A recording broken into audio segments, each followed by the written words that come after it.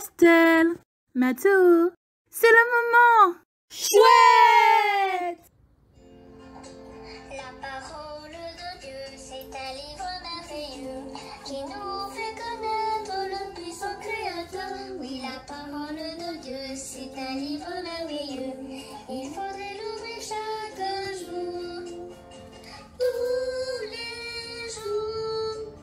Oui, chaque jour. Ayez bon caractère, faites preuve de patience. Si vous trouvez à critiquer votre frère, pentez et supportez-vous les uns les autres. Soyez toujours prêts à vous pardonner vos torts réciproques aussi généreusement que Christ vous a pardonné. Colossiens 3, verset 13, version Parole vivante. Bonjour les enfants, bonjour Estelle, bonjour Mathéo. Bonjour. Nous voici arrivés à la 51e et à la 52e étape du chemin 66. Aujourd'hui, nous ferons une petite escapade. Nous allons parcourir les livres de Colossiens et de Philémon. Mathéo et Estelle seront aujourd'hui dans la ville de Colosse. Alors Mathéo et Estelle, comment allez-vous? Ça va? Oui, très bien. Le voyage à Philippe, à Colosse, a été très long. Oui, moi aussi j'avais bien. Et je vous rassure, c'est magnifique. Mais de quoi parles-tu Estelle? Ben, de la laine couleur Collissimus, comme on dit ici. Des marchands en vendent et on achète partout à Colosse. Ah, beaucoup de laine alors. La laine de Colosse est très recherchée. La plupart des gens portent des vêtements de laine. Nous avons croisé plein de troupeaux de moutons sur notre route. Nous allons à l'église de Colosse. Mathéo, ne presse le pas. Ne perdons pas un instant. Tu achèteras ton vêtement de laine plus tard. Rappelez-moi quand vous arrivez à l'église, d'accord? D'accord. À tout à l'heure. À l'heure. Paul a envoyé 2 lettres à Colosse durant son séjour en prison. Il ne s'est pas encore rendu dans cette ville car ce n'est pas lui, mais Epaphras qui a créé une église. Paul décide d'écrire une première lettre qui s'adresse à toute l'église pour les mettre en garde du danger d'un mauvais enseignement. C'est le 50e livre de la Bible. Nous sommes arrivés à l'église de Colosse. Ah, vous êtes déjà arrivé? Oui. D'accord. Nous avons été accueillis par Epaphras Oui. et Archip, son collaborateur. Son collaborateur. Il y a aussi Philémon, Mathéo, tu as oublié. Ah oui, c'est vrai, là aussi Philémon. Et qui est Philémon? Ah, je sais. Philémon fait partie des dirigeants de l'église de Colosse, c'est bien ça? Oui. Il fait des rencontres de prière chez lui, dans sa grande maison. C'est un ami de Paul. Et lorsqu'ils se sont rencontrés à Éphèse pour la première fois, Paul a parlé de Jésus. Et Philémon l'a accepté dans son cœur et s'est fait baptiser.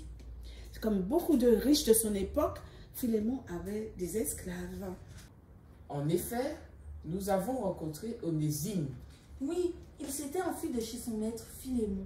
Mais Dieu a voulu qu'Onésime arrive jusqu'à Paul dans sa prison. Et Onésime lui raconte son histoire.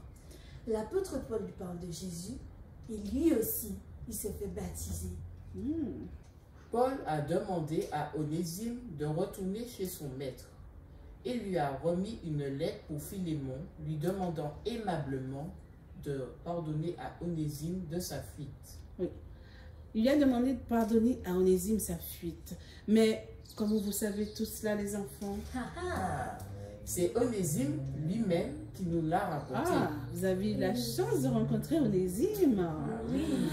La lettre de Paul à Philémon est la 2e lettre vers Colosse. C'est aussi le 52e livre de la Bible. À cette époque, un esclave qui s'enfuit de chez son maître mérite la mort.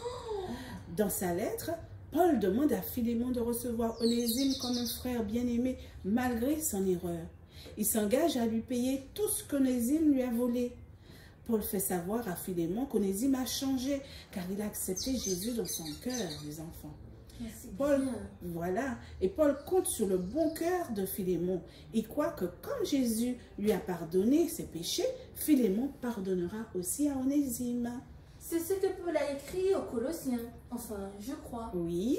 Dans Colossiens 3, verset 13, Mhm. supportez-vous les uns les autres et pardonnez-vous si quelqu'un a un reproche à faire à un autre.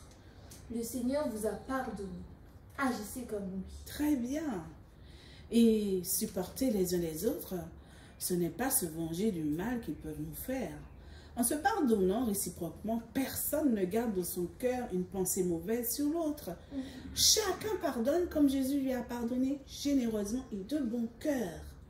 Nous avons bien fait de mettre ensemble la lettre aux Colossiens et celle à Philémon. Je vois maintenant. Oui, c'est vrai, Mathéo.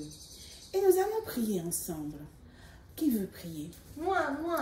Eh bien, vas-y. Je veux pardonner aux autres comme tu m'as pardonné. Aide-moi à supporter et à pardonner ceux qui m'ont fait du mal. Amen. Amen. Au revoir, Mathéo Estelle. Au Au revoir. revoir, Marité. Bye Et bye. au revoir, les enfants. Et rendez-vous pour la 53e étape. À bientôt. À bientôt. La parole de Dieu, c'est un livre merveilleux qui nous fait connaître le puissant Créateur. Oui, la parole de Dieu, c'est un livre merveilleux. Il faudrait l'ouvrir chaque